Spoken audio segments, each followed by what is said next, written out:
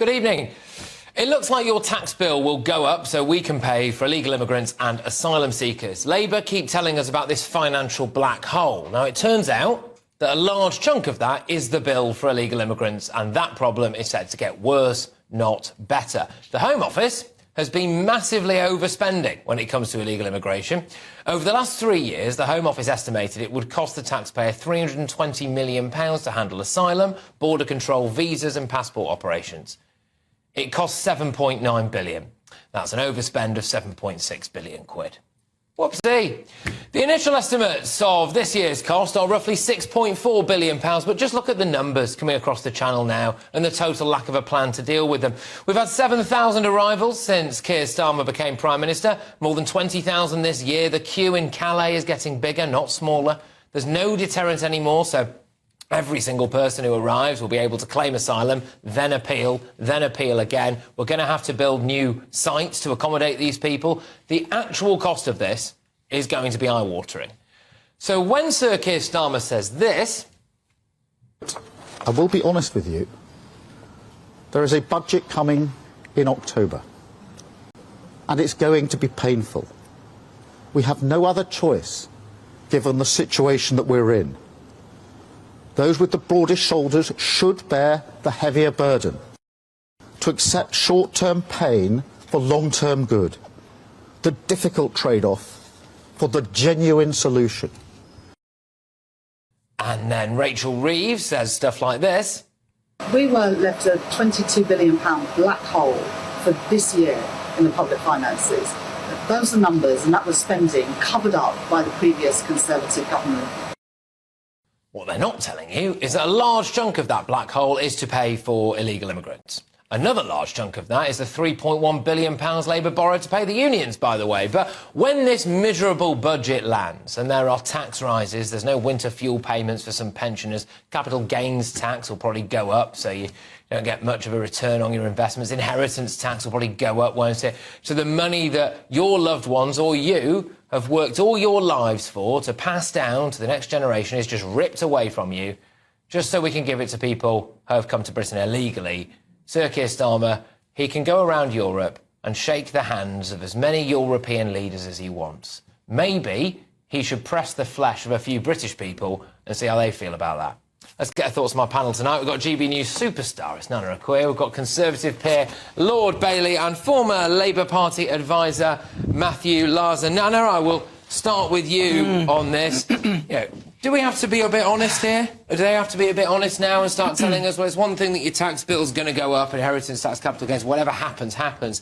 But actually, quite a lot of that is going to go to our asylum system. Well, I mean, first of all, they came in and said, oh, no, we're not going to have the Bibi Stockholm. We're going to kick everybody out of the hotels. We're going to not use the army bases. There literally is nowhere to put these people. I think they need to start answering questions, because as far as I've seen, the Labour government have not answered questions. They're not answering if they're asked what they're going to do about it. In fact, in the big speech that he gave the other day, he didn't mention immigration, which is the big topic right now.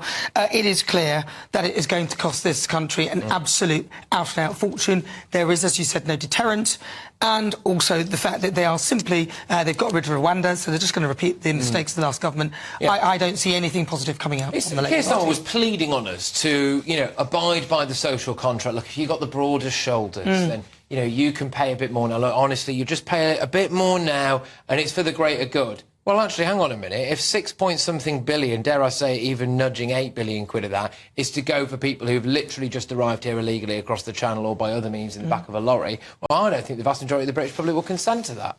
But there's two things I think we should focus on. Firstly, when he said he wants to be honest, if he really was going to be honest, he'd tell us he had no plan. All through the election period, he was accused of that. Turns out it was true. If you look at what the Chancellor was saying, that she didn't know about the hole in the budget, that's an utter lie. We have the budget of office responsibility. What were they doing? They know where every penny is. It's public finances because they're in the public. And also the biggest addition to that cost is the decision she's made since becoming Chancellor. i.e. the union stuff. Well, that And the winter fuel and the winter fuel payment as well. And what's stunning, they've said there was a suspicion that they weren't really saying what they planned to do. That suspicion has come true now. There's no doubt we're in a tough place, but all through the election they didn't mention that tough place. So, look, Matthew, I know you disagree with a lot of what's been said now. I will put it to you that, when this miserable budget arrives in October, we find out exactly what damage it's going to be. There is going to be a large chunk of people's tax revenue that is going to go to either paying your union mates or, crucially, illegal immigrants. Well, paying your union mates, Patrick, actually means paying teachers, nurses and the people who deliver our frontline public services on which we all rely at the wage that they deserve, and that was set by an independent pay review body. Going up to pay for illegal immigrants. Absolutely. Look, in terms of this is an absolute disgrace. The Tories told Parliament they were going to put 300 million quid in the asylum budget, and in fact, when the IFS today has found that there was a black hole, not one that was known about. This is the independent, respected Institute of Fiscal Studies that has support across the is respected across the political spectrum. It found that there is this huge black hole of billions, and yes, that is going to have to be paid for because the Tories ran up that bill. James Cleverly, who was Home Secretary, who didn't apologise today, he should have been on his knees apologising for this. He said, so what we need to do is we need a system that works, that doesn't that people are processed quickly, where people are processed quickly and people who shouldn't be in the country are sent back. We would all agree with that. What is that system? Because we're not hearing the answers here. All you're doing is what Keir Starmer keeps doing. The Tories did this, they did that, and then he does a whole summary of what's happened. Then there's no answers to what's there is none, because the first thing to do is to actually process people, which wasn't happening under the Tories.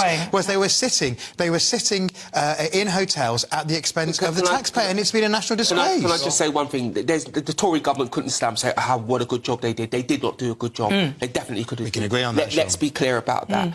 But also, what's important is that job was made infinitely harder by the Labour Party and people on the left campaigning against every single idea that the government came up with, and that pushed the bill as well. And I go back to the point that Labour have no plan. But the Tory party did have a majority, and actually they were fighting themselves. So, I agree, they did a terrible job. Yeah, they did a terrible. I wouldn't sit here and tell they did a good job. But the worry is now, Labour have been given this responsibility and have no plan. And it isn't good enough just to say the Tories did terribly. What are you going to do for the country? What are they going to do? Do you mean the plan on immigration? Well, the plan on immigration...